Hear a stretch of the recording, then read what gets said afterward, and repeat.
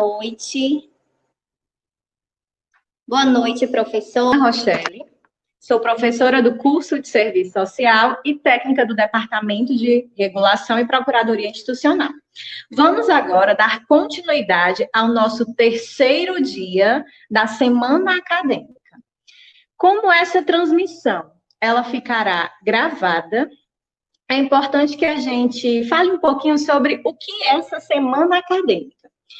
A semana acadêmica da FMB está em sua sexta versão.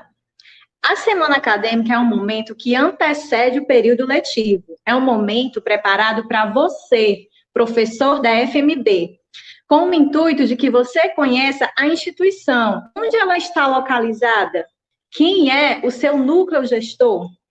Você, professor, tem a oportunidade de trocar diversas experiências e também contribuir para a construção do semestre que se iniciará em breve. Você, professor, também tem a oportunidade de participar de capacitações e oficinas. E por falar nisso, hoje nós teremos uma palestra com o tema Como se constrói o conhecimento, com a professora doutora Andresa Tavares. Mas, antes de iniciarmos a nossa palestra, eu convido para fazer o uso da palavra o nosso excelentíssimo diretor-geral, professor Edilson Silva Castro. Seja bem-vindo, professor Edilson.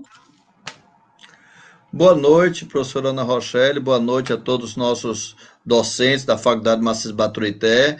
E como essa transmissão também está sendo gravada, está sendo agora colocada ao vivo também no canal do YouTube, nós fizemos questão também de convidar vários alunos, discentes da nossa faculdade, demais convidados. Eu quero então agora também desejar uma boa noite, saudar você com um abraço virtual a todos. E hoje, Rochelle, nós estamos muito felizes também porque durante a semana acadêmica nós estamos agora com uma convidada especial, que é a doutora Andresa Tavares, a qual já tenho no nosso ciclo de amizade, já conheço um bom tempo, e a doutora Andresa, ela traz dentro da sua bagagem, né, como profissional, ela traz também inovações, sempre dialogando com o crescimento da educação no ensino superior. Tanto é que a doutora Andresa, ela tomou uma iniciativa que eu faço questão de referendar, já agora, antes da sua palestra, sobre o primeiro Fórum Internacional de Educação,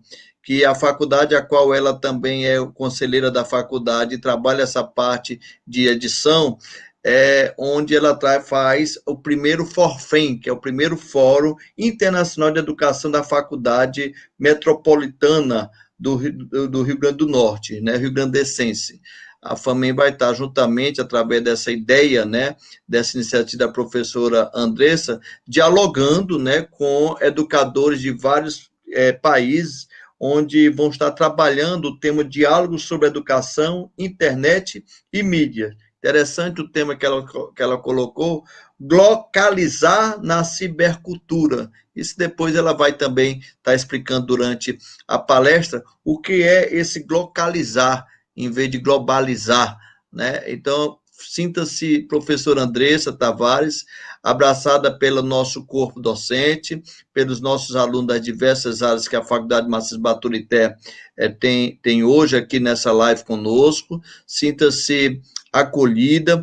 Para nós é uma grande honra ter a senhora aqui conosco nesse momento ímpar de nossa faculdade, pois sabemos da sua preocupação, da sua forma de direcionar e o seu compromisso junto ao ensino superior, seja ele privado ou público. Para nós, queremos aqui agradecer a sua disponibilidade de estarmos conosco essa noite e quero que todos vocês que estão nos ouvindo aproveitem esse grande momento que a Faculdade Maciço Baturité traz a todos nós. Muito obrigado e vamos adiante. Obrigada, professor Edilson, boa noite. Agora também eu convido para fazer o uso da palavra o nosso diretor acadêmico, professor Marciso Weimar. Seja bem-vindo também, professor Marciso. Obrigado, Ana Rochelle. Tudo bem, professores? E já emendando, né? Já emendando das capacitações direto para cá. Mais uma vez, gostaria de saudá-los Estamos no nosso terceiro dia da semana acadêmica, muito produtivo, com muita participação. Mais uma vez, assim, sejam muito bem-vindos os novatos, os professorianos, bem-vindos duplamente. E, bem, reservamos esse momento no convite com a professora Andresa para essa reflexão. Diante desses contextos, diante desse contexto, como a educação superior, não é como ela se constrói, mas quais são os desafios. E diante desses desafios, como construímos, como se dá o processo de construção do conhecimento? Que paradigmas são postos, que paradigmas são questionados, quais as relações com a psicologia poderíamos dizer, não só uma psicologia da aprendizagem, mas do ponto de vista dos efeitos comportamentais, dentre outros. Então, sejam bem-vindos, professores, que aproveitem o máximo da semana acadêmica. Professora Andresa, seja muito bem-vinda mesmo, e segue aí, Rochelle. Obrigada, professor Marcis, pelas palavras, um abraço. Dando continuidade, então, gente, agora nós já podemos ir para a nossa palestra, né? Então, eu vou convidar aqui, já vou colocar ela aqui na telinha para vocês conhecerem a nossa palestrante da noite, professora Andresa Tavares, ela que é doutora e mestre em Ciências da Educação pela UFRN e pós-doutora pela Universidade do Minho, de Portugal. Então, nós preparamos esse momento hoje, muito especial, com essa palestra fantástica. E agora eu deixo vocês com a professora Andresa Tavares. Muito bem, boa noite a todos e a todas. Como já fui apresentada, não é? Eu sou Andresa Tavares e vou conversar com vocês sobre esse tema aí escolhido, né? Escolhido a partir de alguns diálogos com o diretor-geral da instituição, professor Edilson, que é uma pessoa que eu admiro profundamente, é uma pessoa que é muito carismática e muito amiga. De fato, a gente já vem construindo uma ponte de interação, um intercâmbio extraordinário interinstitucional há algumas décadas, não é, professor Edilson? E a gente ficou muito feliz com o convite de poder levar um pouquinho da experiência que o Rio Grande do Norte vem construindo em matéria de ensino superior para o estado do Ceará, que é um estado que nós também admiramos muito. Inclusive, meu pai, por ser cearense, eu costumo dizer que eu tenho 50% do sangue cearense, né? Então, eu sou 50% cearense também, e é um estado que eu gosto muito de estar perto. Frequentei o estado do Ceará durante toda a minha infância, e sempre que tem convite para a gente estar participando, colaborando, para a gente é uma honra, é uma alegria enorme. Acompanhamos a trajetória da Faculdade Maciço Baturité, né, vamos dizer assim, das suas pedras iniciais, da construção, da edificação. Realmente o lastro de convívio e de amizade com o professor Edilson, ele já tem algum tempo, e a gente fica muito feliz em ver esse acompanhamento explosivo, a magnitude com que esta instituição vem se desenvolvendo, vem crescendo. Embora a gente diga aqui que fica feliz, a gente também não fica surpreso, né? Porque quem conhece o professor Edilson, quem conhece a família dele, quem conhece essa equipe, né, Marcísio, e todos esses outros jovens profissionais que a gente começa a conhecer aqui a partir dos rostinhos, porque são jovens e são recentes na instituição, né? A gente sabe que essa energia boa, ela é explosiva o suficiente para que a FMB, ela realmente seja instituição de ensino superior, que ela alce uma projeção de voo ascendente, sempre crescente, eu não tenho dúvida disso. Eu falava um pouquinho dessa troca, né, dessa experiência Rio Grande do Norte-Ceará.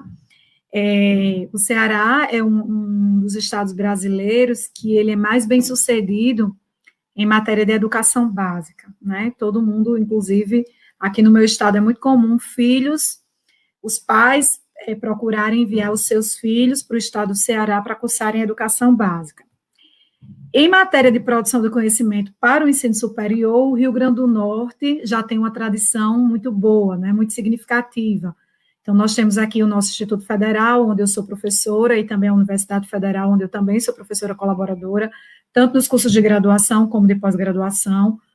Nós figuramos hoje o Instituto Federal, o nosso Instituto Federal ocupa o primeiro lugar no território nacional brasileiro, em matéria de êxito, né, e de desempenho de avaliação institucional.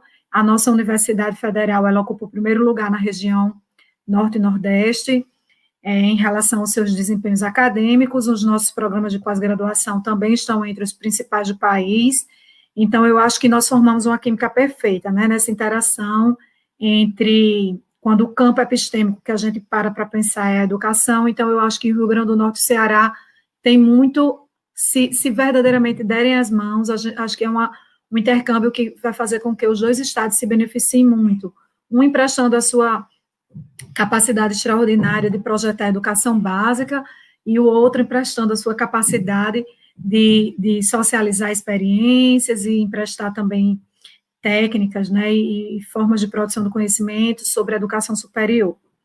E a gente escolheu, a partir dessas conversas, né, que a gente vem tendo com o professor Edilson e toda a equipe, sobre como tornar essa semana pedagógica, essa semana de formação acadêmica, o mais profícua possível para o corpo docente dos professores da FMB. E aí eu dizia para o professor Edilson, quando ele me convidou, né, para fazer parte desse momento e me deixou bem à vontade para pensar no tema, eu dizia, professor, vamos de psicologia da aprendizagem, porque pela nossa experiência já de algumas décadas, né, com a educação superior e principalmente na pós-graduação stricto sensu, orientando mestrado, doutorado, eu venho consolidando os meus projetos de pesquisa, os meus processos de orientação acadêmica, muito na linha da formação de professores para o ensino superior.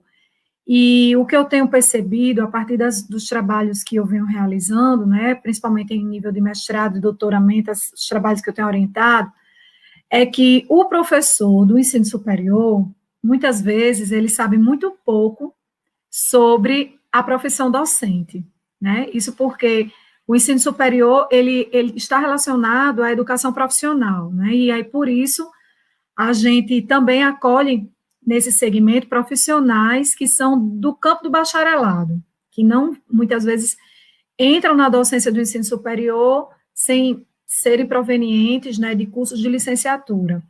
E isso vai criando um certo, se essa questão, né, se a formação continuada desse professor de ensino superior, se esses momentos de semana pedagógica, esses momentos de seminário acadêmico, como essa ocasião em que nós estamos na faculdade FMB, se a gente não se ocupa de resguardar um espaço para a gente estar conversando sobre os saberes da docência, que são essenciais para a gente ser bem-sucedido em sala de aula, então essa semana pedagógica, ela realmente, a colaboração dela se torna menor, né, em detrimento desse movimento da gente acolher essas temáticas que favorecem o desempenho do professor em sala de aula.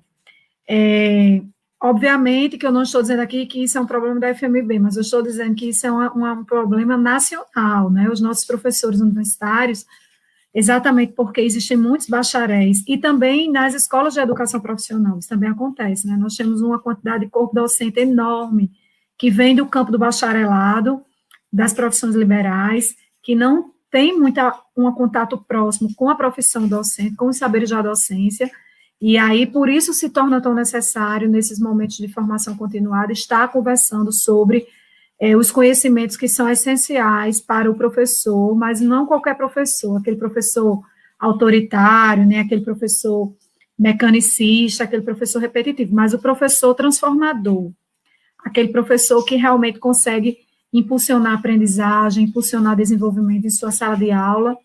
Para início de conversa, a gente diz que não é muito difícil conseguir ser esse professor transformador, mas é necessário alguns conhecimentos técnicos que a gente só adquire realmente conversando sobre o campo epistêmico, ou seja, sobre o campo de teorização que dá conta de estudar e produzir conhecimento sobre a temática. E aí, como essa temática também é uma temática ampla, é necessário fazer um recorte para que a gente aqui, dentro das nossas 30 minutos, 50 minutos, né, a gente possa dar conta realmente de, pelo menos, contagiar quem está aí nessa outra interface da nossa interação, sobre a necessidade de conhecer mais sobre essa temática que a gente está trazendo aqui, que é essa nossa temática é uma problemática, né, ela é uma provocação, ela é uma pergunta. Como o ser humano constrói conhecimento? Se a gente parar para pensar, o professor, os cientistas humanos e sociais, né, de maneira geral, ele não trabalha na interface com o outro a partir de mediadores como medicamento, como a partir de ferramentas, né, de tecnologia, de máquinas. A única estrutura que nós temos, enquanto cientistas humanos e sociais, para realizar mediação sobre o mundo e interação com as pessoas, é a palavra, né? Então, se a gente vai aqui nessa noite conversar sobre como o ser humano constrói o conhecimento, a gente precisa, eu já posso antecipar isso para vocês, que a gente vai falar um pouquinho sobre o poder da palavra, o poder do trabalho, o poder da cultura, porque vão ser esses os elementos que vão fazer o alicerce disso que a gente chama de conhecimento, que é o que faz com que a nossa espécie, Homo sapiens, ela seja uma espécie muito mais sofisticada que as outras espécies, porque ela tem esse potencial transformador de provocar o seu autodesenvolvimento a partir da aquisição desses elementos, cultura, linguagem, desenvolvimento da atividade do trabalho, e a partir desses elementos, a gente consegue sofisticar o nosso pensamento, né? A gente consegue transformar aquilo que em psicologia a gente chama de faculdades mentais, de condição elementar, como os outros animais possuem, por exemplo, o cachorro, o gato, o papagaio, e esses animais, a baleia, né? Quem aqui nunca assistiu, quem aí já foi na Disney, eu sei que o Ceará é um estado muito rico, talvez quem esteja me assistindo já foi à Disney. Mas quem não foi à Disney, mas assistiu a algum seriado, vê que as baleias, os golfinhos, né, aqueles parques aquáticos belíssimos que tem nos Estados Unidos, mostram que são animais aquáticos, né, mamíferos, e que possuem um sistema nervoso central que atende a comandos, que são capazes de um adestramento. Então, ali existe um elemento que a gente pode chamar de inteligência, um potencial intelectual. Mas em que dimensão? Na mesma proporção que os seres humanos? Jamais, né? A gente está falando ali, a exemplo dos gatos, dos cachorros e desses outros animais que são capazes de algum tipo de adestramento, de atendimento a algum comando, de um nível de inteligência elementar, e que não é desse nível de inteligência que a gente pretende falar essa noite. A gente, essa noite, quer se debruçar sobre esse nível de inteligência que é mais sofisticado, que é a condição humana. E aí, para a gente poder conversar sobre isso, né, eu já antecipo que a gente vai se inspirar na ciência da psicologia, destacadamente no campo da produção do conhecimento, da psicologia histórico-cultural, certo? Para a gente estar aqui se apropriando de algum dos elementos que esse campo de teorização tem para emprestar para o mundo acadêmico, e o professor se servir desse pensamento, dessas ideias, para ser bem mais sucedido em sala de aula. Então, eu fiz aqui um pequeno preâmbulo do que eu vou, a partir de uma sequência lógica de pensamento, apresentar para vocês, e eu gostaria de chamar, acho que é Michele, me corrija se eu falei o nome, é Rochelle. Rochelle vai me ajudar aqui, apresentando para mim os slides, né, que compõem o material que eu vou conversar com vocês. Para início de conversa, a gente traz aí a arte, né, o design, que a FMB carinhosamente elaborou para a gente divulgar esse momento de live, de encontro eletrônico, onde a gente vai conversar sobre ciências da educação. Eu apresento o tema da nossa fala, como se constrói o conhecimento. Todo professor precisa ter esse questionamento, essa provocação, essa inquietação dentro de si, porque quanto mais a gente se interroga sobre isso, mais a gente procura ler sobre isso, aprender sobre isso, e o máximo de conhecimento que a gente puder obter sobre como o ser humano constrói conhecimento, mais feliz, mais bem-sucedido, com mais êxito, a gente vai conseguir realmente impulsionar a nossa sala de aula, né? Então, pode seguir. Pode passar.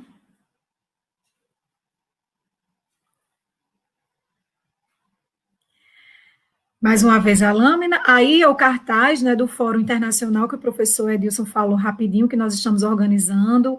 O Fórum Internacional, as inscrições estão abertas ainda, começa na próxima segunda-feira. e vai até a sexta-feira. Na verdade, corresponde à semana acadêmica da Faculdade FAMEM, né, aqui no Rio Grande do Norte. Vocês aí de Ceará serão bem-vindos, vai ser um evento completamente eletrônico e vai ter emissão de certificados para constar aí na carga horária dos interessados, ok? Pode seguir. A representação de Moçambique, Portugal, Chile e Brasil é realmente um evento internacional, né? Então, o objetivo do nosso encontro online é problematizar o processo de cognição, aprendizagem, quando a gente está falando desse nome cognição, né? E aí eu vou ser bem didática, porque eu acho que apesar de ter pessoas do campo da pedagogia que estão me assistindo, eu reconheço que vão ter muitas pessoas, como eu já falei aqui, né, lá das profissões liberais, lá do campo do bacharelado, que tem algumas expressões técnicas que não adianta eu estar tratando aqui de uma forma no piloto automático, como se todo mundo fosse entender, porque eu sei que vai ficar lacuna psíquica e a gente não vai usufruir desse encontro acadêmico como a gente deveria. Então, quando eu falo em processo cognitivo, né, o que significa isso? Processo cognitivo é uma expressão que dentro dela tem o sentido de aprendizagem e de desenvolvimento humano, né? Então, processo cognitivo está relacionado à capacidade de aprender e à capacidade de se desenvolver. E é sobre isso que a gente vai tratar hoje, a partir de reflexões sobre mediações de ensino para a ciência da educação, com ênfase nos desafios presentes na travessia da educação superior. Então, além de destacar a palavrinha aprendizagem e a palavrinha desenvolvimento humano, eu também quero destacar aí a palavra mediação, né? A gente não consegue construir conhecimento se a gente, ou melhor, a gente até consegue construir conhecimento, mas o volume, a quantidade, o êxito dessa fabricação de conhecimento, quando a gente desconhece a importância dos processos de mediação, esse êxito ele cai, né? Ele fica muito menor, porque a intencionalidade desse processo de fabricação de ideias, ele também se torna menor, né? Então, pensar sobre como o ser humano constrói conhecimento antes de tudo, pensar sobre os processos de mediação. E aí, mais na frente, eu vou explicar o que é que eu estou chamando de processo de mediação, porque o professor, se existisse um outro nome que a gente poderia dar à profissão do professor, seria, sem sombra de dúvida, mediador, né? Porque o que o professor faz em sala de aula, integralmente, o que eu estou fazendo nesse momento, nesse ambiente online de troca acadêmica, é mediar conhecimento, né? Então, essa palavra mediação, ela é completamente do núcleo do campo epistêmico da psicologia da aprendizagem, e ela é extremamente necessária para o trabalho do professor. Então, já vamos aí tomando nota dessas palavrinhas, né? Aprendizagem, desenvolvimento humano, mediação. E aí, mais na frente, a gente vai tratar sobre por que mediar, por que realizar mediação intencional é algo tão importante para o professor. A gente vai chegar nele. Pode passar esse slide.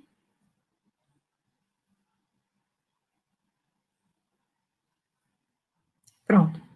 Então, é através do processo de mediação que ocorre exatamente essa representação que nós estamos vendo aí, não é, por meio desse desenho, onde nós temos um ser humano, a representação de um ser humano, a estrutura psíquica desse ser humano, nós temos objetos fora dessa psique humana, e também objetos, os mesmos objetos, aparecendo dentro da estrutura psicológica, né, desse sistema nervoso, que é onde acomoda o psiquismo humano, a atividade psicológica humana. Então, a mediação, ela é o caminho que se torna possível esse movimento que a espécie humana, em detrimento de todas as outras espécies, é aquela espécie que realiza esse processo de abstração do universo com maior potencialidade e maior êxito. O que significa o processo de abstração do universo? Significa assimilar as coisas do universo, assimilar os objetos do universo, os símbolos, os signos do universo, e jogar para dentro da nossa psique, do nosso conteúdo psíquico, não é isso? E ser capaz de pensar sobre eles, simulá-los psiquicamente, sem inclusive estar diante deles ou ter tocado nesses objetos, né? Vou dar aqui um exemplo. Já pensou se todas as aprendizagens que a gente fosse realizar, a gente realmente tivesse que ter um acesso imediato a essa aprendizagem? Por exemplo, aprender que fogo queima. Então, a gente, para poder aprender que o fogo queima, a gente tivesse que toda vez se queimar para poder lembrar que fogo queima. Então, o ser humano, ele é essa espécie que ele pula essa etapa, não é? A gente desenvolveu através do processo da cultura, da aquisição da cultura e da sofisticação desse sistema nervoso, né, principalmente das sinapses, dos axiomas, a gente desenvolveu uma estrutura mental que ela nos permite assimilar o mundo, internalizar o mundo, sem que a gente tenha que ter realmente uma experiência próxima com todos os elementos do mundo. E é por isso que a escola é uma instituição social tão importante para a humanidade. Tão jovem, tão recente, né? Porque a humanidade, essa estrutura de escola que a gente tem hoje, de universidade também, ela é uma instituição social que foi fabricada e que realmente acontece na prática social do século XVIII para cá. Ela vem junto com o modo de produção capitalista. Embora a figura do professor, né, enquanto essa pessoa que é responsável pela mediação das aprendizagens entre aqueles que têm mais experiência e os que têm menos experiência, nos ambientes informais, obviamente, no caso da pré-história, da Idade Antiga, da Idade Média, essa figura dessa pessoa mais madura, que provoca aprendizagem e desenvolvimento, ela sempre existiu. Quando a gente vai lá nas cavernas, né, que a gente vê as pinturas rupestres, será que era qualquer homem primitivo que pegava ali aquela tinta, que se fabricava de uma forma primitiva, e melava aquela parede? Não era. Hoje em dia já existem estudos antropológicos que dizem que aquilo ali era uma sala de aula, aquela parede era um quadro, aquela tinta era o giz. E quem pintava, quem fazia aquelas projeções ali, era sempre a pessoa mais madura, mais experiente do grupo, né? Porque aquilo ali era a tecnologia que eles tinham para, de fato, operar para a transformação da realidade. Então, vamos pensar hoje, será que nós colocaríamos, por exemplo, o nosso smartphone na mão de né, que é a tecnologia que a gente precisa para trabalhar, para viver, para transformar a nossa realidade, na mão de uma criança e mais imatura, que pudesse colocar em risco vamos dizer assim, o uso operacional, né, da representação máxima da tecnologia que nós temos?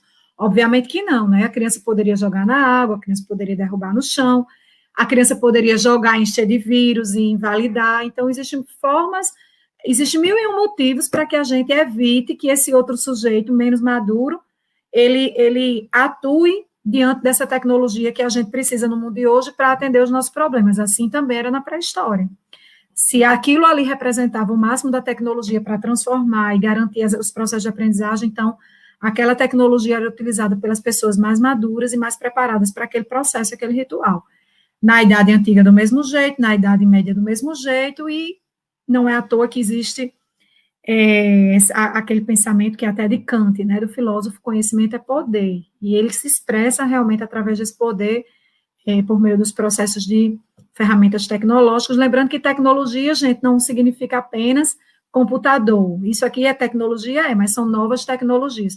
Todos aqueles procedimentos que o ser humano desenvolve para resolver seus problemas são tecnologias. Existem tecnologias mais rústicas, tecnologias mais sofisticadas, mas tudo aquilo que é próprio da invenção do humano, da capacidade do humano transformar a natureza, para produzir artefatos, para facilitar a resolução dos seus problemas diante do universo, tudo isso aí faz parte desse conceito que nós chamamos de tecnologia, certo? Bom, então, essa imagem aí, ela representa exatamente o que nós chamamos a atenção para a importância do processo de mediação. Porque quando o ser humano, ele é bem mediado, o processo de mediação sobre ele é assertivo, então esse processo de retirar as informações do mundo e transformar essas informações do universo em conteúdo psíquico, ela é muito mais robusta, ela é muito mais avantajada, né? Ela é muito mais, vamos dizer assim, significativa. E aí a gente vai ver mais na frente que existem duas formas da gente praticar esse movimento de mediação. Aquela que o indivíduo pratica sozinho e e a mediação que é praticada pelo outro mais experiente. E aí, no caso, o professor vai ser alguém que vai levar sempre muita vantagem nesse processo da mediação que acontece pelo outro. Eu vou explicar melhor mais na frente, pode passar. o slide. Pronto.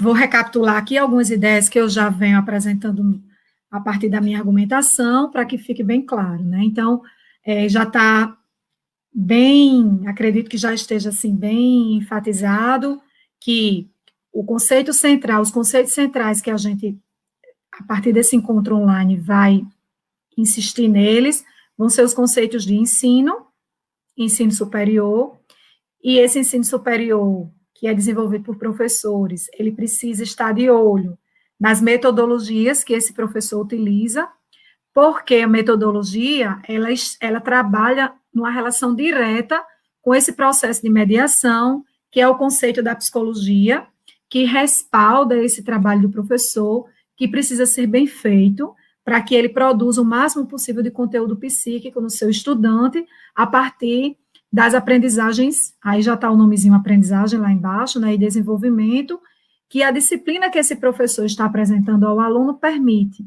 né, ou seja, que a gente feche o ciclo do semestre, do período, garantindo que aqueles conteúdos que estão previstos lá no ementário verdadeiramente sejam adquiridos, internalizados pelos nossos estudantes. Então, de maneira geral, as ideias-chave que eu vou estar insistindo o tempo todo, e eu espero poder colaborar com vocês. Eu sei que o tempo é pouco, a gente começou um pouquinho tarde, não é? O ideal era que a gente tivesse começado a falar sobre esses temas que são apaixonantes, às 19 horas, porque vocês estariam menos cansados, mas vamos seguindo. Qualquer coisa, Adilson, a gente volta para alinhavar, né, alguns pontos que, porventura, não dê tempo da gente esgotar hoje, certo? Então, ensino, metodologia, mediação, praxis, que é um conceito que significa teoria e prática, mas não é apenas ter esse compromisso do professor trabalhar linkando teoria com prática. Essa teoria linkada com essa prática, ela tem que ter um sentido de transformação de cenários. Não adianta um aluno, estudante universitário, com a cabeça bem feita, cheia de ideias, e cheio de conhecimentos operacionais e procedimentais, atitudinais, sobre o que fazer com aquelas ideias. Ele também precisa estar engajado com o mundo da transformação. Então, cada profissão, ela existe, porque ela precisa ter uma atuação efetiva no campo social, e essa atuação efetiva não significa apenas ganhar dinheiro, né? Significa ganhar dinheiro, alargar as condições objetivas daquele profissional, mas também significa ter compromisso social. Ter compromisso social significa provocar transformações nas pessoas e também nas comunidades. E quando a gente consegue formar um universitário, formar um estudante de ensino superior, nessa perspectiva de garantias de aprendizagens, de desenvolvimentos, a partir de cabeças bem feitas, do ponto de vista teórico e do ponto de vista de saberes práticos, junta tudo isso aqui e coloca também na responsabilidade social desse acadêmico a necessidade de transformação de cenários, aí sim, a gente está assumindo que nós somos uma instituição de ensino superior comprometida com a praxis.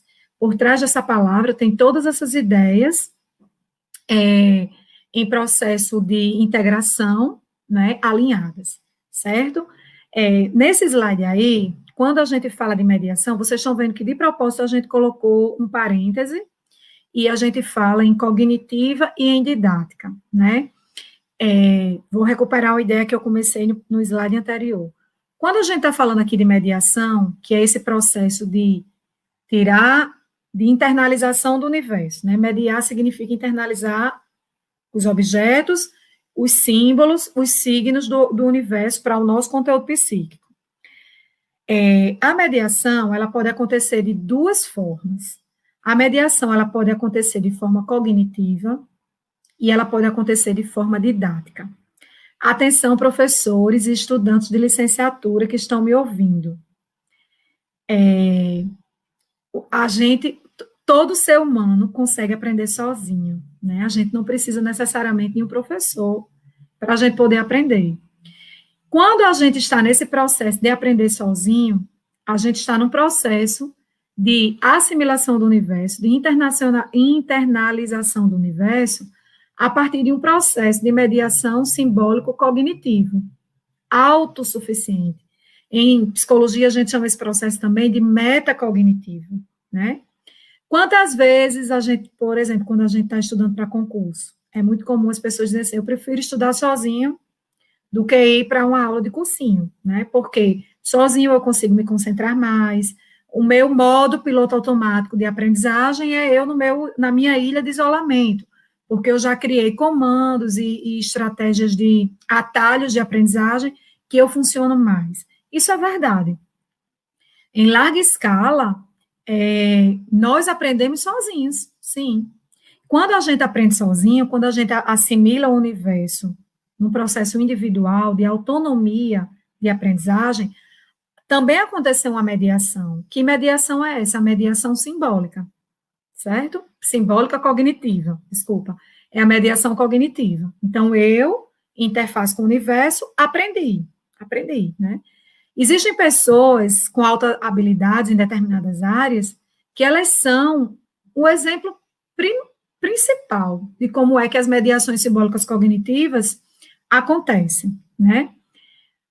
Aí, quando a gente aprende com o outro, que pode ser o professor, na maioria das vezes é o professor, a escola, a universidade foi criada para que elas funcionem como verdadeiras usinas, fábricas de mediação simbólica didática, a partir do outro, que é mais experiente, que estudou mais, que leu mais e que vai ensinar, né, a partir da socialização do que aprendeu para o outro, que é aprendiz, que é o aluno, né? Então, esse processo de aprender com o outro, a gente chama de mediação simbólica didática. Mas aí, professores, vem outro detalhe. Não é só o professor que realiza a mediação simbólica didática.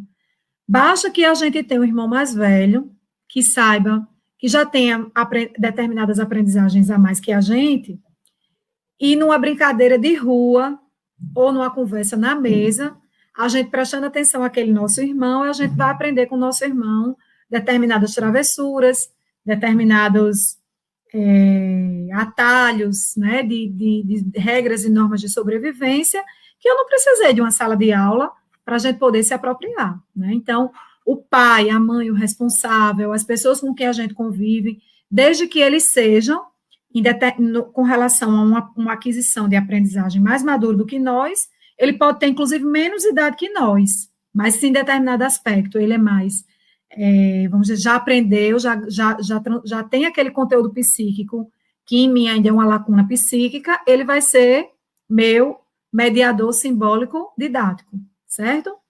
Muito bem. Então, professor André, você está dizendo, então, que o professor não é necessário? Não. Eu estou dizendo que o professor é extraordinariamente necessário. Por quê? Porque todos nós temos, sim, a capacidade de aprender pelo crivo da mediação simbólica cognitiva, ou seja, do processo autônomo e independente de aprendizagem. E a gente precisa desenvolver isso, né? Principalmente quem está no ensino superior.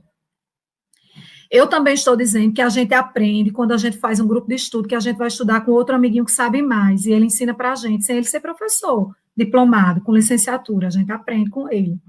Mas eu estou dizendo que aquele profissional que estuda para saber como realizar as metodologias que realmente vão facilitar a aprendizagem, ou seja, um profissional que se diploma, e aí eu estou falando dos professores, né? Extraordinariamente, para aprender a como realizar as mediações simbólicas didáticas, esse profissional, ele é extremamente necessário à sociedade, porque ele vai permitir que o estudante, inclusive, alcance de uma forma mais significativa os seus autoprocessos de desenvolvimento e aprendizagem, por meio da mediação simbólica cognitiva, né? Que ele valorize as suas experiências de mediação simbólica didática com as pessoas que não são professores, e que naquele momento em que ele está com o professor em situação de ensino-aprendizagem com o professor, ele também possa se desenvolver de uma forma extraordinária, porque ele estará ali, né, aquele profissional estará ali para impulsionar, para provocar aprendizagem, provocar desenvolvimento de uma forma extraordinária, porque ele estudou para aquilo, ele tem um conhecimento técnico para garantir aquele desenvolvimento. Muito mais do que nessas outras formas de aprender e de internalizar o mundo a partir dessas mediações que a gente já mencionou aqui, que é a do sujeito sozinho, ou então a do sujeito com outras pessoas que não são professores, certo? Eu espero que eu esteja conseguindo ser clara. Por favor, vocês deixem aqui no chat algum comentário, se eu estou sendo rápida, se vocês estão me entendendo. Por favor, retornem para mim. Precisa compreender o que é ser mediador no processo de aprendizagem. Sim, o professor precisa, porque é com isso que ele trabalha. Se a gente parar para pensar, o que é que o professor faz em sala de aula? Quando a gente entra em sala de aula, nossa função é fabricar pensamento no aluno. Fabricar pensamento. Que pensamento? Permitir que o nosso aluno, ele organize o seu pensamento, ele assimile, ele internalize os conceitos, né, o conteúdo da aula.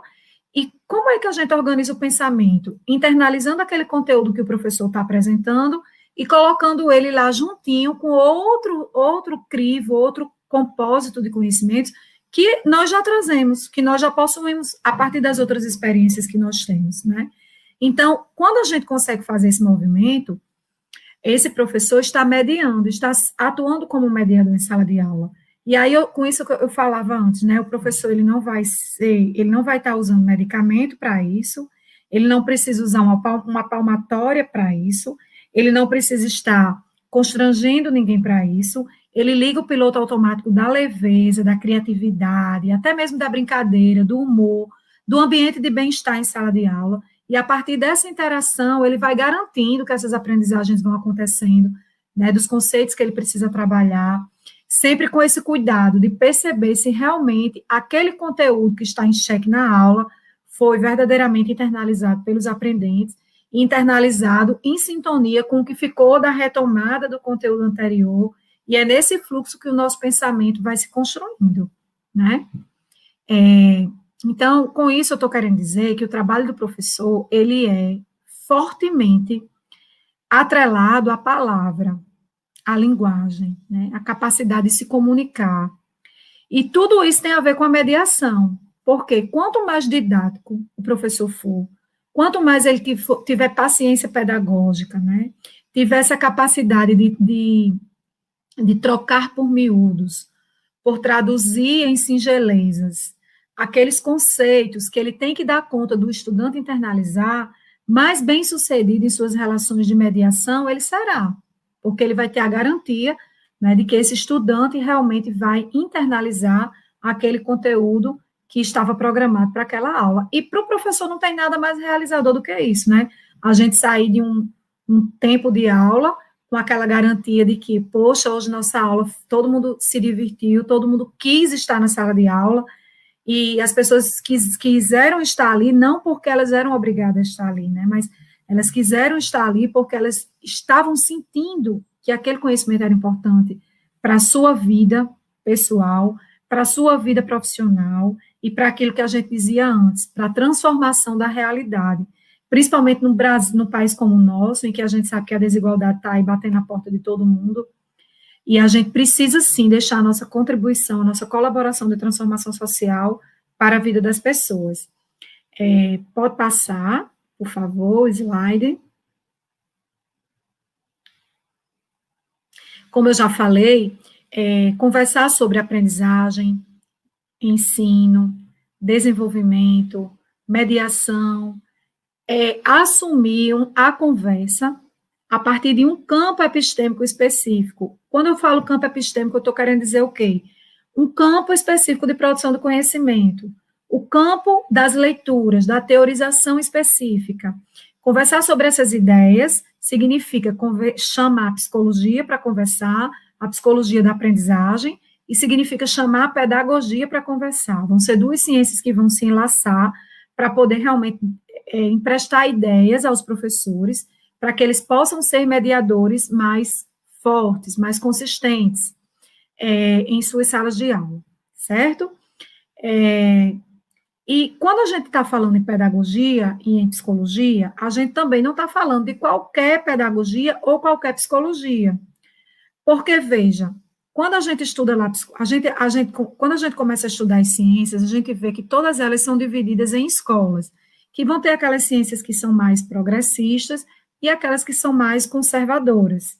Quando a gente está trazendo aqui o apelo para que a gente, enquanto professor universitário, né, de ensino superior, saiba mais sobre os processos cognitivos do humano, porque é processo cognitivo que a gente fabrica todos os dias em sala de aula, a gente está dizendo que a gente precisa estudar mais sobre a psicologia histórico-cultural, que é das escolas da psicologia, aquela que vai nos dar referencial teórico, que mais vão nos permitir que o nosso trabalho seja transformador em sala de aula, e eu estou falando também que a gente precisa ler mais sobre a pedagogia progressista, porque existem outras pedagogias que são conservadoras, e é interessante a gente conhecer, tem algumas ideias, algumas técnicas que elas possuem, que a gente precisa conhecer, mas que no nosso dia a dia a gente vai usar muito pouco, e que aí numa semana pedagógica como essa, a gente já pode ir direto para as impulsionadoras do nosso trabalho de mediação. Então, vamos, nesse momento, destacar que o que a gente está falando aqui se aplica ao campo das pedagogias progressistas e também da psicologia progressista, que a gente chama de histórico-cultural, certo?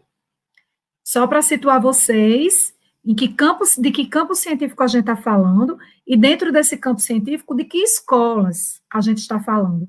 Porque todo campo científico possui aí de 5 a 10 escolas na sua linha do tempo, né, esse conhecimento científico ele vai se transformando, e todos eles começam de uma forma conservadora.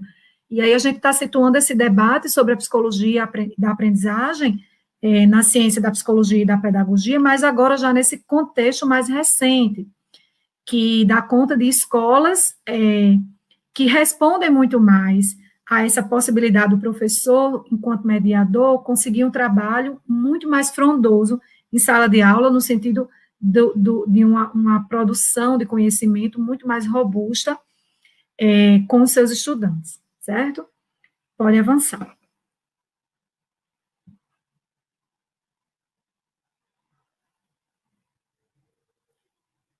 Quando eu falo de psicologia histórico-cultural, eu estou falando principalmente dessa pessoa, né, desse autor, desse campo de teorização chamado Vygotsky. Inclusive, eu super recomendo para quem é aí da educação, dos cursos de licenciatura que estão nos acompanhando, a aquisição pode ser online, né, do livro online, ou pode ser do livro impresso, desse livrinho aqui chamado A Formação Social da Mente. Tudo isso que a gente está falando aqui nesse encontro online, ele está traduzido aqui nesse livro, ó, que é de Vygotsky, certo? Ele é o principal responsável pelo campo da teorização chamada histórico-cultural, certo? Então, essas ideias todas que eu estou defendendo aqui é, sobretudo, inspirada nele. Mas eu também gostaria de dizer que Vygotsky, ele é um russo, que ele viveu muito pouco. Ele foi vítima de tuberculose, e ele teve a sua vida precocemente, perdeu sua vida muito precocemente. Mas aí, o que é que acontece? Um grupo de estudiosos, né, do leste europeu, vem dando continuidade ao pensamento de Vygotsky, e vem produzindo conhecimento. Entre esse grupo, eu destaco o Galperin, a Salmina, a Rechetova, e esse marco teórico, ele é extremamente necessário para nós que somos professores, para a gente poder entender melhor como construir conhecimento de uma forma mais ampliada, mais robusta, no conteúdo psíquico dos nossos estudantes no ensino superior, certo? Pode seguir, eu fiz questão de trazer a foto de Vygotsky para a gente lembrar que é dele, que parte dele, esse lastro de colaboração sobre os processos cognitivos, que é necessário que o professor estude sobre eles, né? Então, segundo, qual é o grande diferencial que a teoria de Vygotsky tem para que a gente se inspire nela, né, essa psicologia histórico-cultural, se inspire nela, para a gente buscar elementos a partir dela, para a gente ser um professor mais poderoso em sala de aula. Vou dizer aqui para vocês. Existem várias escolas da psicologia que explicam sobre como o ser humano aprende, como o conhecimento se constrói. Várias. Existe o construtivismo, que é de Piaget, aí ele vai partir da explicação da biologia, porque Piaget era biólogo. Vai existir o inatismo-maturacionismo, que vai explicar que o ser humano constrói conhecimento a partir das teorias genéticas, né, da teoria da condição humana, ou seja, existem aqueles sujeitos que hereditariamente são mais potentes, outros menos potentes. Essa teoria tem caído, tem ficado cada vez mais fora vamos dizer assim, do crivo do estudo atual, né, dos processos cognitivos. Ela já não é mais usual, mas existem os seus seguidores. Aí vem outra corrente que explica que o ser humano constrói conhecimento a partir de processos de consciência e inconsciência. A gente já está falando de Sigmund Freud, que é o nome da escola em psicologia de Sigmund Freud, se chama psicanálise. Então, se a gente for parar para pensar, existe o construtivismo, existe a psicanálise, existe o inatismo-maturacionismo, existe o behaviorismo, que vai dizer que o ser humano aprende a partir do estímulo-resposta, do controle do comportamento. Vai existir o funcionalismo, vai existir o estruturalismo, vão existir várias escolas. Cada escola dessa, ela vai partir de um campo específico do conhecimento, biologia, matemática, física, sociologia, para poder explicar, e aí, obviamente, que a formação de quem é o principal cunhador daquele campo teórico, ela influencia muito na área que vai explicar as diretrizes daquele campo epistêmico, né, daquela forma de explicar como o ser humano constrói conhecimento. Aí, por que Vygotsky para nós é importante? Porque Vygotsky, a formação inicial do Vygotsky é das ciências humanas. Então, Vygotsky, ele tanto foi formado em direito, como ele foi formado em jornalismo, como ele foi formado em linguagem, letras, literatura, letra, linguagem. Então, ele vai exatamente cunhar, construir a sua teoria, o seu repertório teórico, partindo dessa prerrogativa, né, de que o elemento linguagem, o elemento cultura, é um fator muito mais definidor para que o ser humano construa o seu conhecimento, avance na produção do seu conhecimento, conteúdo psíquico, do que esses outros campos, a biologia, a matemática, a física, a genética, e por aí vai, né? Então, para nós que trabalhamos com a psicologia, que o psicólogo no consultório também, ele não vai se servir de medicamento para tratar um paciente, ele vai ouvir o paciente e ele vai, quando muito, fazer perguntas problematizadoras para colocar o paciente no prumo da autoavaliação e de modo que essa pessoa sozinha consiga enxergar aonde estão os equívocos da sua existência que a própria pessoa está cometendo, né? Então, ao fazer isso, o psicólogo, o professor e os cientistas humanos, de maneira geral, eles estão utilizando, se servindo de que ferramenta? Da palavra.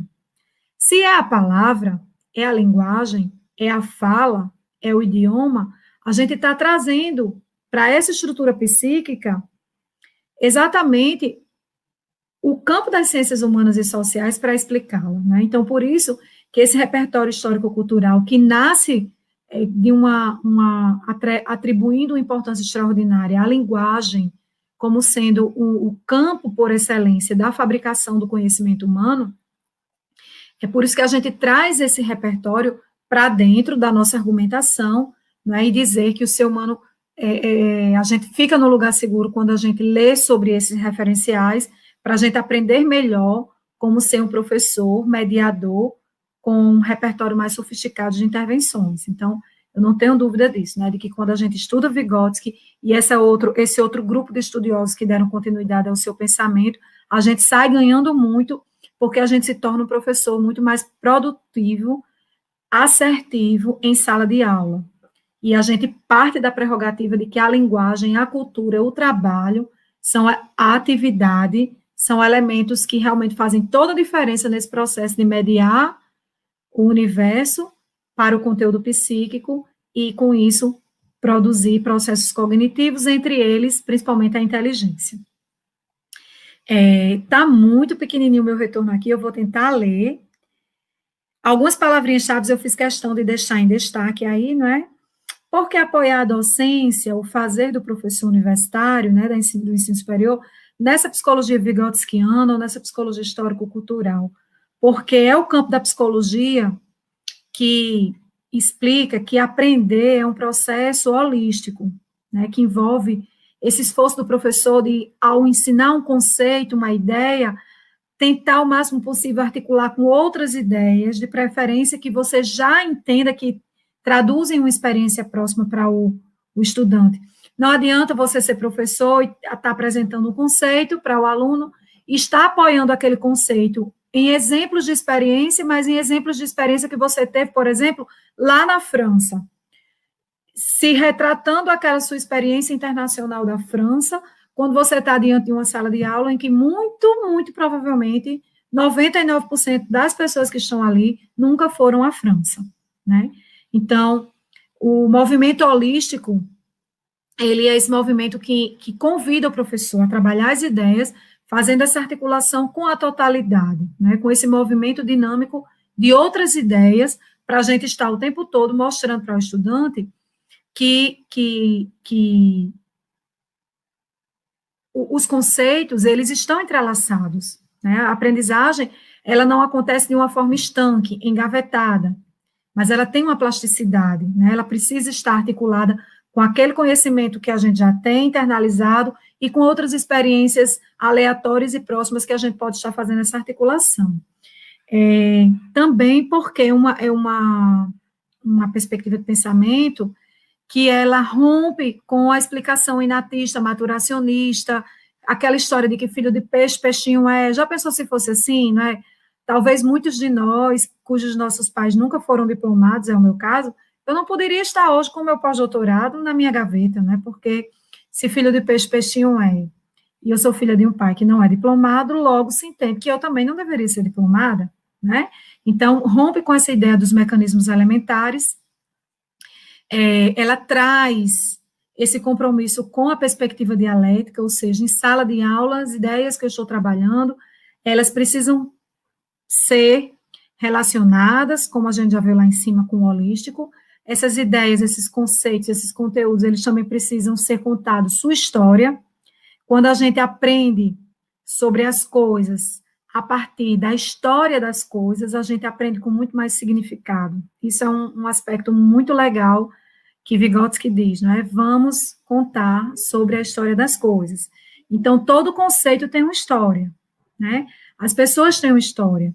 Isso aí, um dos elementos, um dos ingredientes da perspectiva dialética é o respeito à história dos fatos, dos acontecimentos, das ideias, dos conteúdos, e a gente precisa estar respeitando esse lastro histórico e trazendo esse lastro histórico das ideias, dos conceitos para a sala de aula. Outro ponto que a gente destacou aí é a questão do conceito de mediação, é a teoria que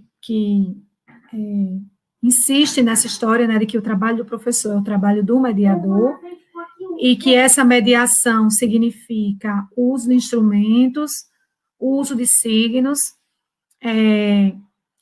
Isso aí é um ponto importante, no 5, né? Porque a gente está falando, até agora a gente já esclareceu aqui 2 aspectos importantes sobre mediação. A gente já falou que a mediação ela pode ser cognitiva, quando o sujeito aprende sozinho. A gente também chama esse movimento de metacognição, né? E a mediação é didática, quando o sujeito está em situação de aprendizagem que precisa do outro, que pode ser o professor, pode ser que não seja o professor, mas quando é o professor, a aprendizagem é mais abundante, né? Foi isso que a gente já conversou. Mas aí, quais são as ferramentas que a pessoa precisa utilizar para poder aprender? Aí é isso que esse ponto 5 está tratando. Para que a gente possa aprender alguma ideia, é necessário que essa ideia se expresse para nós por meio de instrumentos ou de signos. O que são os instrumentos? São os objetos do mundo, né? São os objetos do mundo. E o que são os signos? Os signos são as convenções que a cultura humana convenciona, cria. E esses signos, eles podem se expressar por meio de letras, que formam as palavras, e a linguagem e o idioma, ou ele pode se expressar a partir daquilo que a gente chama da linguagem não verbal, né? Por exemplo, aquela clássica imagem dos banheiros, né? O banheiro feminino, o banheiro masculino, a imagem da mulher, a imagem do homem. Agora, os emojis, os rostinhos, né? Que também não é uma palavra, não é um texto, é uma imagem, mas quando você enxerga aquela imagem, você é capaz de estabelecer uma interpretação, uma leitura e uma interpretação.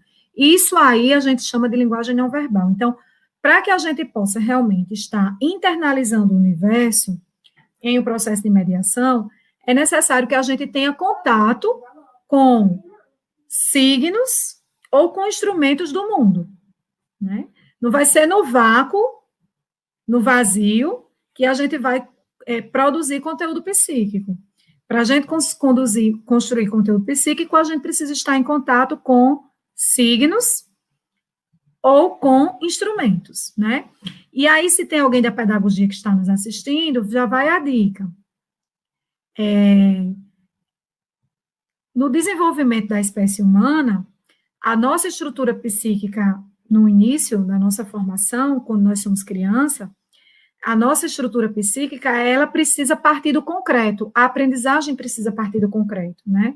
É por isso que, por exemplo, quando a gente estuda na nossa escola lá da educação infantil, a gente não estuda física, não estuda química, não estuda literatura, a gente não estuda matemática de segundo grau, de terceiro grau, né? Biologia. Por que a gente não estuda essas disciplinas lá, quando a gente é pequeno, na educação infantil, nos anos iniciais de fundamental, até o 9º ano? Porque essas disciplinas, elas necessitam de uma capacidade de abstração enorme.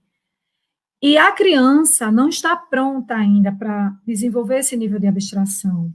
Por que ela não está pronta? Porque ela precisa, primeiro, assimilar, internalizar o universo. E esse movimento é preciso que seja feito a partir de experiências concretas, né? No primeiro momento, essa aprendizagem ela é totalmente concreta. Por isso que os professores usam ábaco, tangram, material dourado, régua, compasso, né? Massinha de modelar, a sensação tátil de diversas formas na educação infantil. Por quê? Porque vão ser esses movimentos que vão fazendo com que a criança vá ampliando, alargando a sua capacidade de ter no seu conteúdo psíquico aquilo que é a realidade do universo, né? Aquilo que são instrumentos e signos do universo.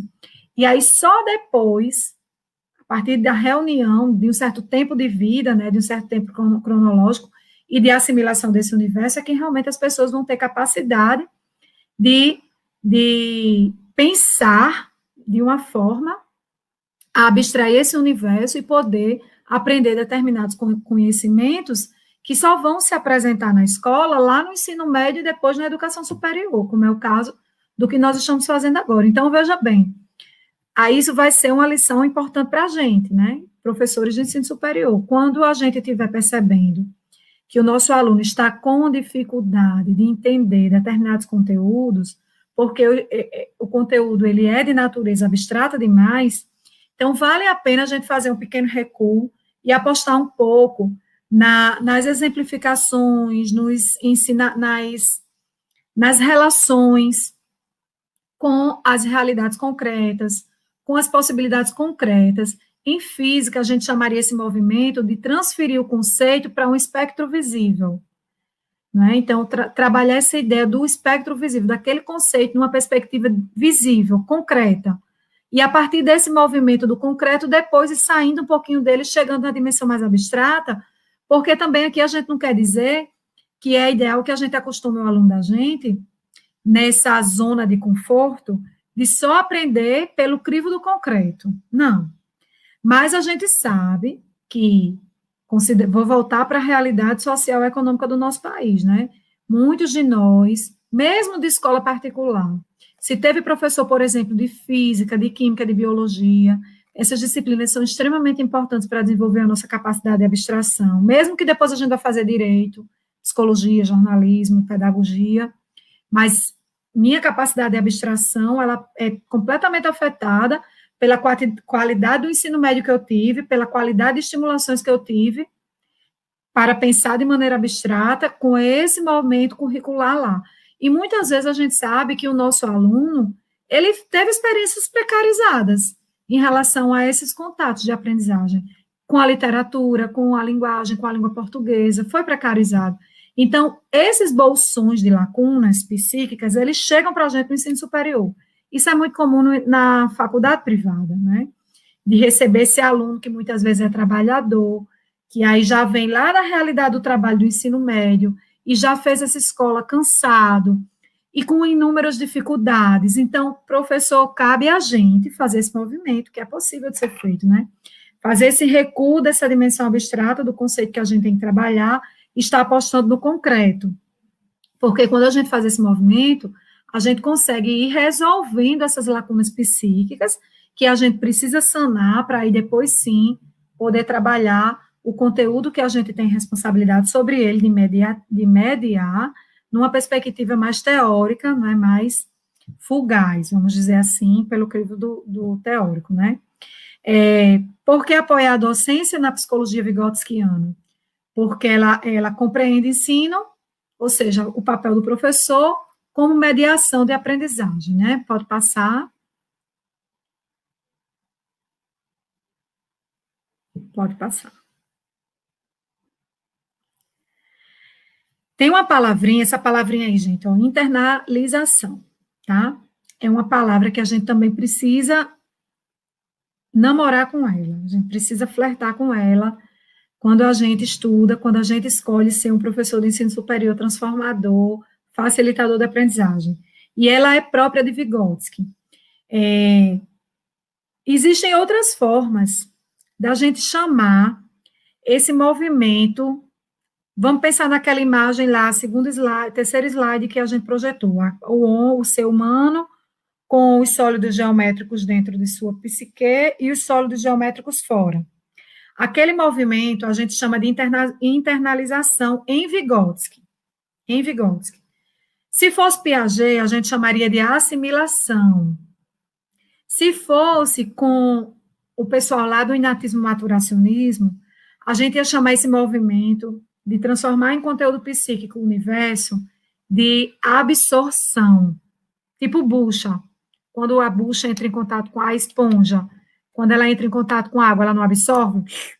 Pronto. A ideia do inatista maturacionista é que as ideias, elas são absorvidas. A ideia de Piaget é que as ideias, no construtivismo, as ideias são assimiladas, porque ele faz a metáfora da digestão. Quando a gente come uma cenoura, que a cenoura chega no estômago, essa cenoura que você mastigou já não é mais a cenoura que está no estômago, nem é mais a cenoura que vai para o intestino, e nem é mais a cenoura que você vai excretar. Nesse movimento do aparelho digestivo, essa cenoura vai se transformar como as ideias. É outra literatura que vale muito a pena estudar, quem sabe a FMB não faz aí outro momento para discutir sobre o construtivismo, é outro repertório que o professor de ensino superior precisa ter para se dar muito bem em sala de aula, porque a gente, vez por outra, precisa estar ativando, sim, o pensamento do construtivismo, ajuda bastante, mas em Vygotsky, que o manto não é a biologia, nem a matemática, nem a física, mas o manto da explicação para a origem do conhecimento é a linguagem, ele chama esse processo de tornar o universo exterior em mundo psíquico interior de internalização. Então, a partir de hoje, a gente vai evitar, não é, falar assim, menino memorizou, menina absorveu, né, assimilou até que ainda está liberado, porque é sofisticado o conceito, mas internalizado é muito mais sofisticado, né? Quando a gente escuta isso de um professor, a gente sabe que ele está no lugar seguro, de campo de teorização que fundamenta a sua prática, né? É hora de internalizar. Então, a gente apresenta esse conceito para vocês como sendo um conceito sofisticado e como fazendo parte desse campo teórico que a gente está conversando hoje. Outra palavra muito importante, que a gente subestima muito, e que é próprio da literatura de Vygotsky, da psicologia histórico-cultural, é a palavra atividade. Atividade é uma palavra muito importante. Às vezes, a gente chama a capacidade de trabalho humano de tudo, menos de atividade, né? e Vygotsky vai dizer que todas as vezes que o ser humano ele entra em contato com a natureza e transforma a natureza para resolver os seus problemas, né, se adaptar enfim, trabalhar para que a partir daquele ambiente ele possa se desenvolver enquanto espécie, ele está em um processo de fabricação de atividades. Então, esse conceito de atividade, que depois se relaciona com praxis, porque tem a ver com transformação de cenários, e tem relação com a categoria trabalho, ela é extremamente importante para o repertório de um professor que ele é cuidadoso com a aprendizagem significativa do seu estudante, né? E, finalmente, por que apoiar na psicologia histórica? Porque ela é a teoria que melhor explica sobre como o ser humano constrói o seu conhecimento, né? Então, dito isso, eu vou agora acelerar um pouquinho, porque eu sei que o horário avançou, e eu já devo ter queimado meu tempo. Passe aí, por favor. Nessa linha de pensamento, pode passar.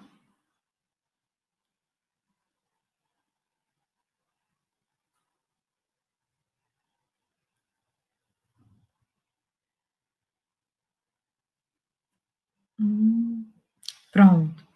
Então, nessa linha de pensamento, Vygotsky vai dizer assim, vocês lembram da palavrinha história, né, que eu falei há pouco tempo, que a tendência à escola da psicologia histórico-cultural, ela vai dizer que tudo que a gente vai aprender precisa respeitar o lastro histórico. Não adianta a gente querer aprender sobre as coisas sem entender minimamente sobre a história das coisas. Então, Vygotsky diz que assim também é com o ser humano. Se você quer aprender sobre como o ser humano aprende, você precisa estudar sobre a história da espécie humana. E aí, Vygotsky, quando o professor que estuda sobre a aprendizagem humana vai estudar sobre essa história da aprendizagem humana, o que é que a gente aprende? Que a história humana, ela tem uma explicação genética, né? Que a história humana, ela tem uma explicação filogenética e ela tem uma explicação ontogenética. Também tem uma explicação sociogenética e também tem uma explicação microgenética.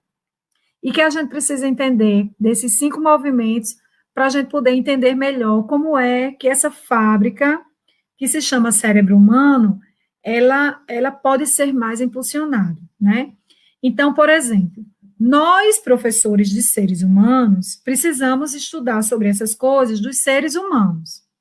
Mas, por exemplo, o veterinário especializado no comportamento animal de cachorro, ele vai precisar, para melhor entender a espécie cachorro e como a espécie cachorro aprende, ele vai precisar estudar a genética do cachorro, a filogênese do cachorro, a ontogênese, a sociogênese e a microgênese daquela espécie, que não é uma explicação só para todas as espécies, né?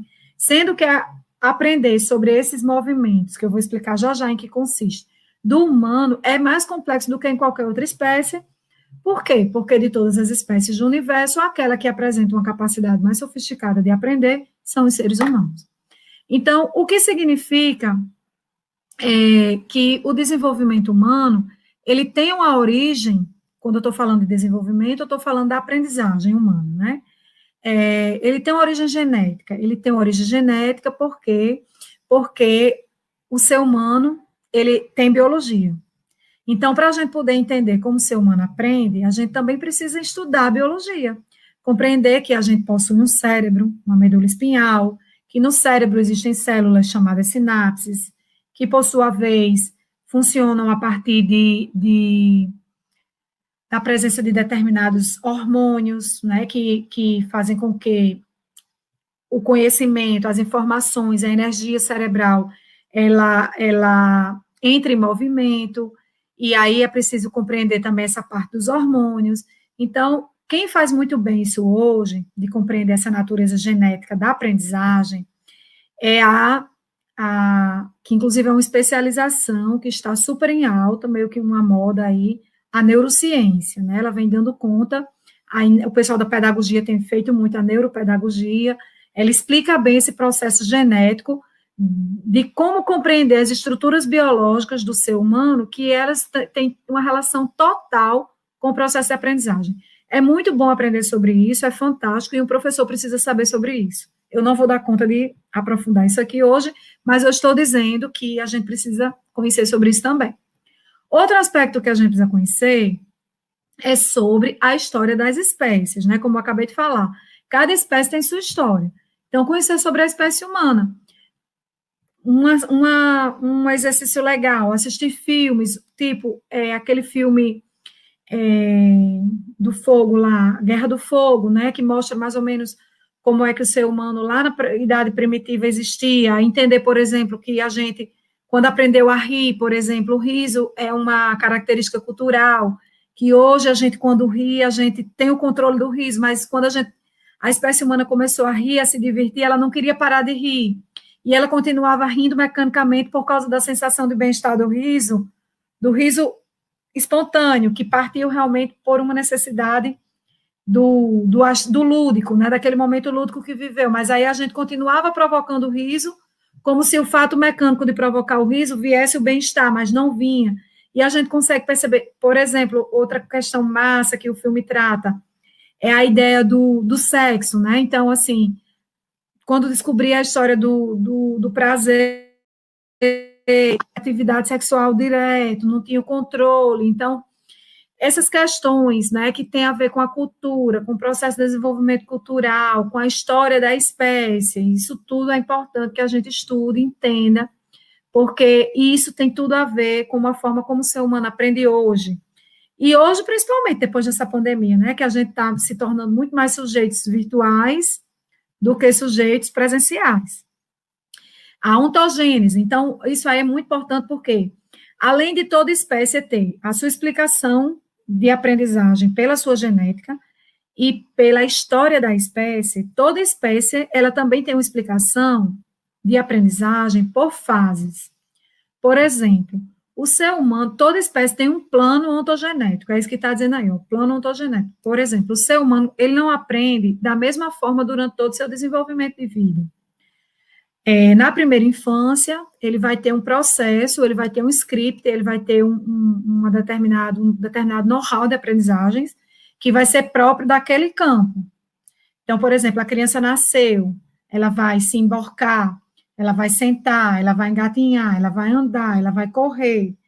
Então, são processos que a gente já tem mais ou menos meio que numa escala, né, de desenvolvimento, e que são próprios daquela ontogênese. Depois, aquela criança vai se transformar num adolescente, que vai passar por essa fase, por essa. Depois vem a juventude, por essa. Depois vem a idade adulta, que vai ser assim. Depois vem o idoso. E aí inverte, né? Meio que depois, quando chega a determinada idade, vai perdendo a sua lucidez, sua capacidade de controle psíquico, e meio que vai voltando para a infância, para alguns comportamentos infantis e tal. Compreender esse movimento ontogênico da espécie humana é fundamental, porque se você está numa sala de aula com intervenção de crianças, você não pode querer cobrar em matéria de aprendizagem dessas crianças o mesmo que você vai cobrar em matéria de aprendizagem de jovens, de adultos, até mesmo por conta daquele outro aspecto que a gente já falou aqui, que é a capacidade de abstração, que em algum momento da nossa vida, a nossa capacidade de abstração é menor.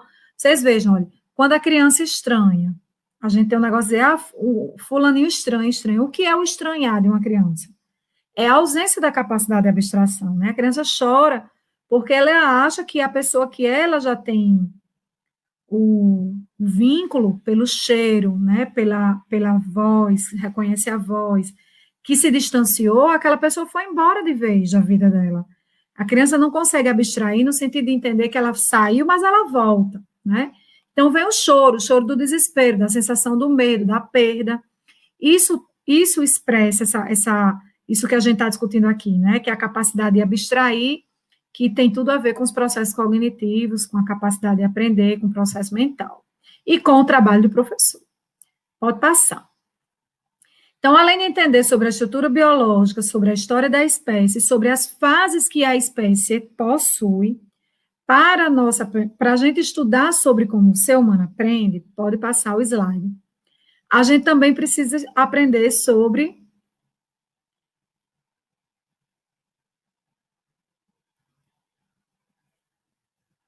Tchan, tchan, tchan, tchan. Cadê o próximo?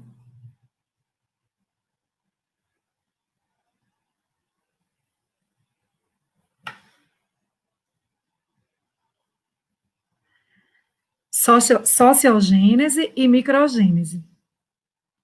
O que é a sociogênese? A espécie humana, ela é uma espécie social, né? Como todo mundo já sabe, ela é integralmente, eminentemente social. Então, a gente precisa entender que, quando a gente está estudando sobre aprendizagem, a gente precisa entender que o ser humano é uma espécie social e que, quando ela está em contato com as pessoas, ela se desenvolve muito mais. E a escola, mais uma vez, né? A escola é uma instituição social que serve muito para isso, para meio que romper aquela condição mais restrita de socialização de primeira linhagem, que é a socialização familiar, e colocar o sujeito em contato com uma socialização mais ampliada, que seria a socialização escolar, né? Então, esse movimento de se desenvolver pelo crivo da convivência social é o que Vygotsky chama de sociogênese.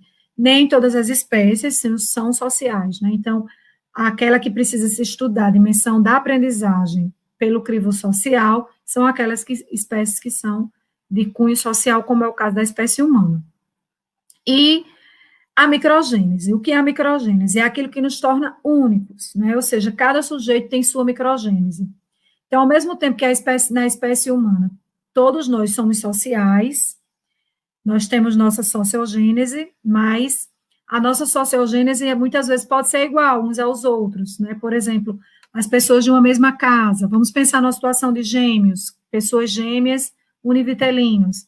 Então, eles têm a mesma sociogênese, muitas vezes pode ter a mesma sociogênese, estudam na mesma sala, mas a microgênese vai ser diferente, né? O que é a microgênese? Essa coisa da vida individual de cada um, né? Das coisas que faz no dia a dia, no miudinho do seu dia a dia, do acordar, ao escovar os dentes, ao dormir.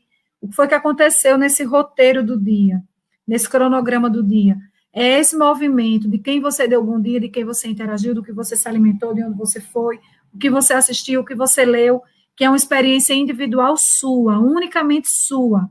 É esse movimento que em psicologia a gente chama de microgênese e que, segundo Vygotsky, para que você possa realmente alargar, ampliar as experiências de construção do conhecimento, você precisa conhecer sobre movimentos de microgênese que impulsionem isso. Então, por exemplo, um professor que é cuidadoso com seu aluno, ao conversar sobre a microgênese, ele vai dizer assim, quando vocês estão com a internet, né, o que é que vocês estão visitando na internet? Vocês estão aproveitando para ir no Louvre? Vocês estão aproveitando para fazer visita a determinados centros de pesquisa, baixando o periódico científico da revista FMB? Estão aproveitando para fazer pesquisa para o TCC de vocês? Ou vocês estão o tempo todo em rede social, em bate-papo, pesquisando, se servindo da internet para entretenimento, em detrimento de estar na internet, lendo jornalismo, lendo ciência, alargando a cultura, ouvindo música de boa qualidade, né? Então, assim, um professor que ele enxerga a importância de conversar sobre essa questão do desenvolvimento humano, ele chega nesse compasso também, né? Muitas vezes, os conteúdos que a gente trabalha em sala de aula, eles têm um link direto com a vida das pessoas, e a gente precisa, quando a gente faz esse movimento, de mostrar a importância desses conhecimentos para o social e para o individual, a gente está fazendo esse movimento que Vygotsky convida o professor a fazer, que é necessário para a aprendizagem, que é essa dinâmica de mostrar a ideia, o conteúdo com o movimento sociológico e o movimento individual psicológico do sujeito, que seria a microgênese. Próximo.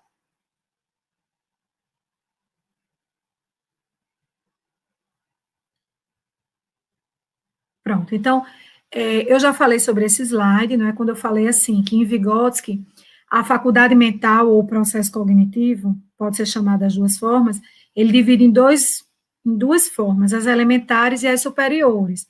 As espécies que não são humanas, elas se encaixam, elas são chamadas pela literatura que explica a construção do conhecimento como espécies de faculdades mentais elementares, Que faculdades mentais são essas? Memória, atenção, percepção, a criatividade, a capacidade de linguagem, a vontade, né? Então, os demais animais, a gente chama de funções elementares, faculdades psicológicas elementares. E nós, humanos, nós chamamos essas capacidades aí que nós somos portadores delas, e por isso nós somos verdadeiras fábricas, né, do conhecimento, memória, atenção, imaginação, criatividade, linguagem, pensamento, vontade, né? Quem diria que vontade é uma característica do comportamento integralmente humano. Então, a gente diz, em psicologia, que essas características aí da nossa atividade mental, a gente chama de faculdade psicológica superiores. Às vezes eu brinco quando eu passo por esse slide, porque eu digo assim, olha, teve um dia que eu fui fazer uma palestra para biólogos, e eu falei sobre isso. Quando cheguei nessa lâmina, aí teve um que levantou e disse, eu acho que está invertido, professora, porque uma espécie que desmata a própria natureza, que mais trabalha para acabar o seu planeta, em detrimento das outras espécies, é essa que possui a faculdade mental superior, né? E eu, naquele momento, fiquei calada, estarrecida, e disse, você tem toda razão, né? Realmente, mas aí precisaria a gente conversar sobre outra matriz, que é o fundamento socioeconômico da sociedade, né? Então, o modo de produção capitalista, o pensamento, as ideias que estão em jogo, as ideologias que giram em torno desse sistema. Mas, enquanto explicação da teoria da psicologia, né, sobre essas características que são específicas dos seres humanos, a gente nomeia dessa forma. Os animais irracionais, vamos dizer assim, eles possuem faculdades psicológicas elementares, enquanto que nós, que somos humanos, somos espécie sofisticada, né, de psique sofisticada, a gente chama de faculdades psicológicas superiores. Pode passar.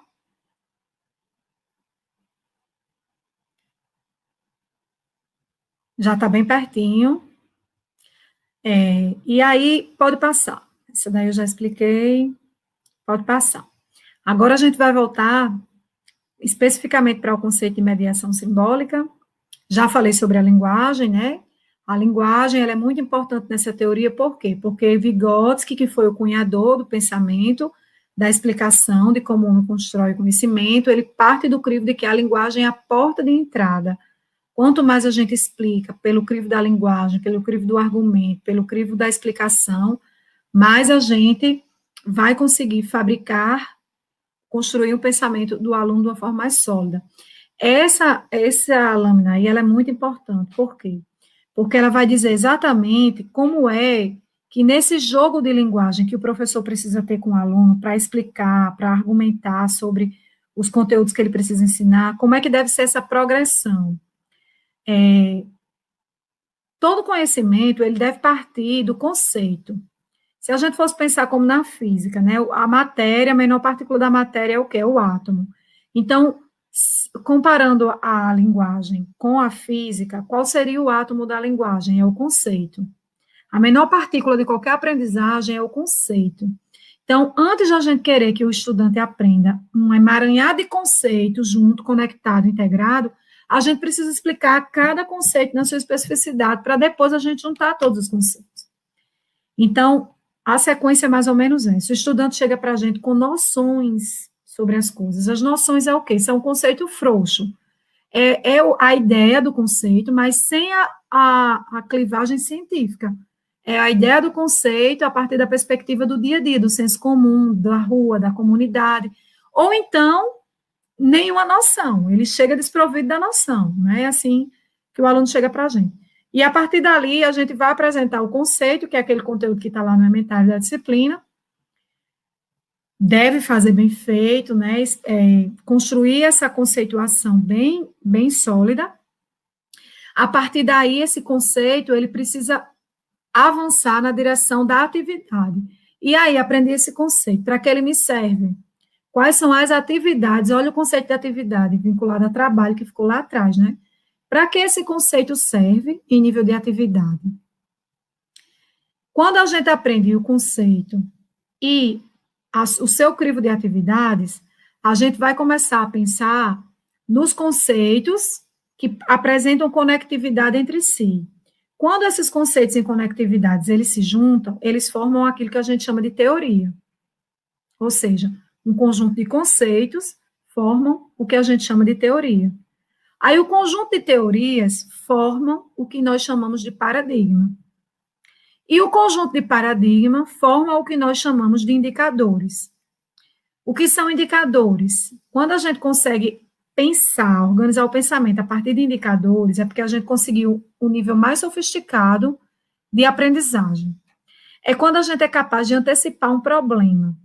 Por exemplo, quando a gente consegue reconhecer que o tempo fechou e vai chover, e a gente, antes de sair, precisa levar ou a capa de chuva ou o guarda-chuva, a gente está ali tomando uma decisão com base em um indicador. O tempo fechou, aquela nuvem nublou, né, nublada, aquilo está dizendo para mim que o tempo pode sofrer uma precipitação de chuva. Então, eu devo me proteger. Quando eu agi dessa forma, eu agi pensando por indicadores, que significou o quê? Antecipar um problema, a partir de um indicador. Quando a gente começa a se desenvolver, a pensar, a transformar o ambiente a partir de indicadores, gente, isso é extraordinário, porque a gente pula muitas etapas, que são muitas vezes desgastantes. Isso acontece em sala de aula. Pronto, em casa. Muitas vezes, antes de um adolescente se envolver com drogas, os responsáveis, eles já possuem alguns indicadores, né, de que está existindo uma relação indesejada com um possível relacionamento com drogas. Mas nem sempre esses indicadores, eles são percebidos. Nem sempre, né? E assim é com tudo, numa sala de aula. Existem, muitas vezes, em sala de aula, muitos indicadores de que ali está existindo princípios que, se o professor não agir, não cuidar, não valorizar, aquilo ali vai se transformar num quadro de indisciplina maior, num quadro de anarquia maior, que vai perder o controle, que vai trazer prejuízo para o próprio estudante, para o professor e para a instituição de ensino. Então, quando a gente tem uma cabeça bem feita, a partir de conceitos sólidos, que a gente sabe como esses conceitos ativam as atividades, se organizam em teorias, obedecem a paradigmas, e a gente começa a pensar a partir de indicadores, então é porque a nossa capacidade de assimilação, de organização do pensamento e de transformação, ela alcançou um nível de elite, né, um nível desejado, padrão FMB, vamos dizer assim, para a gente realmente estar provocando saltos de qualidade no pensamento, certo? Pode passar.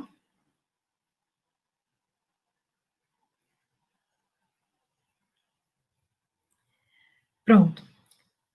Eu só vou querer dessa lâmina aí, porque a gente foca nessa história do S-O, sujeito, objeto. Então, vocês estão lembrados que eu expliquei lá atrás, né, que a mediação cognitiva, ela acontece quando o sujeito aprende sozinho.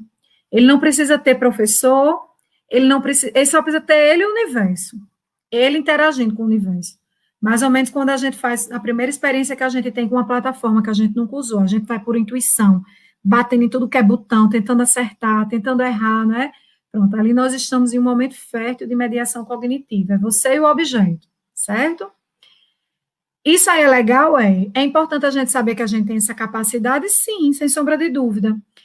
Saber que a gente é essa espécie sofisticada de aprendizagem alargada, que passa por esse movimento, tira a responsabilidade do professor de jeito nenhum, aumenta. Porque, inclusive, sobre essa capacidade aí, o professor tem que cobrar o aluno, porque no ensino superior, o estudante também tem que exercer a sua autonomia para aprender. Não dá para esperar só pelo professor. Essa fase é na educação infantil, que já ficou para trás há muito tempo, né? É muito importante que esse movimento seja cobrado por parte dos professores. Isso é a psicologia quem está dizendo, pode cobrar, porque o ser humano tem essa capacidade. Pode passar. E aí vem a mediação didática.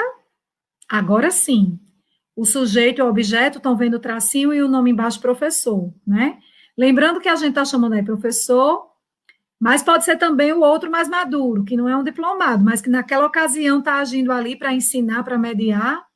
Então, é um movimento sociológico aí, porque não é só um sujeito, é mais de um sujeito que está em jogo para absorver é do inatismo maturacionismo, né? Para internalizar as demandas do universo, os objetos, os signos, os significados. Pode passar, acho que a gente já acaba na próxima. Eu já falei sobre o conceito de internalização, né? Pode passar.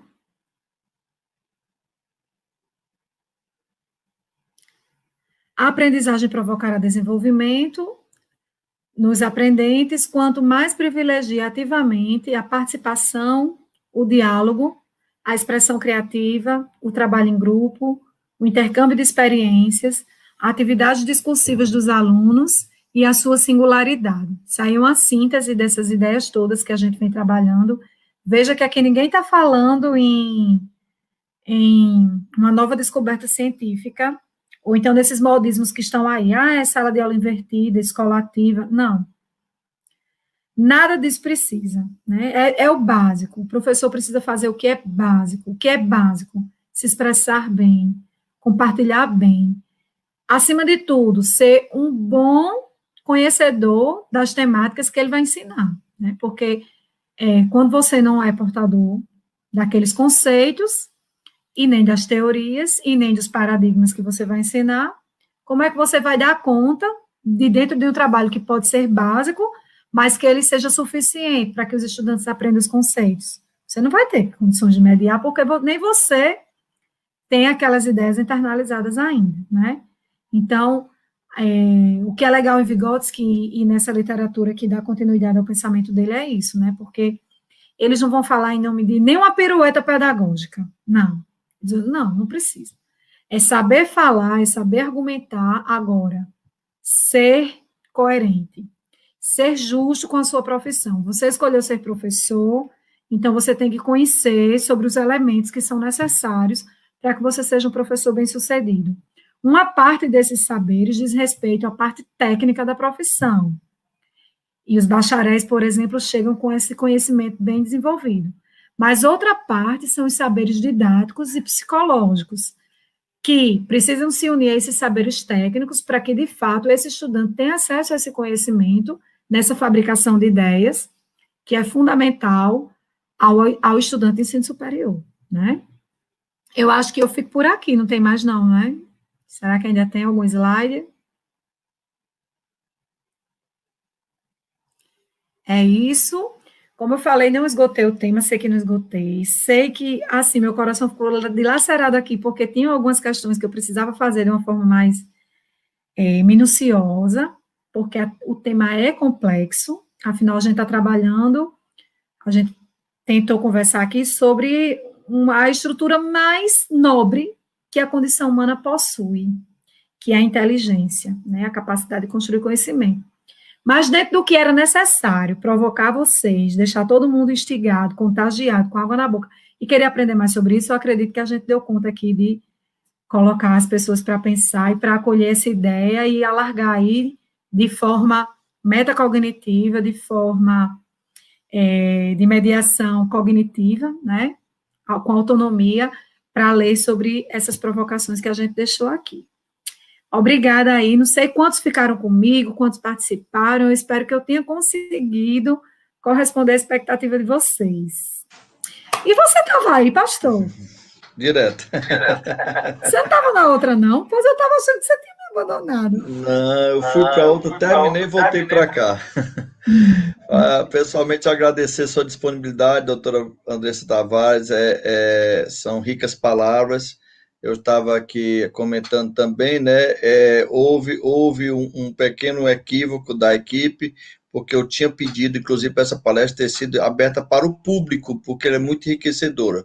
Ficou limitada, em algum momento, ficou limitada só para os nossos professores da casa, mas depois que eu saí da minha live e vim aqui, eu digo, eu não acredito que não estão transmitindo isso para o público. Aí eu entrei em contato e aí deu continuidade, mas também está aberto para o público.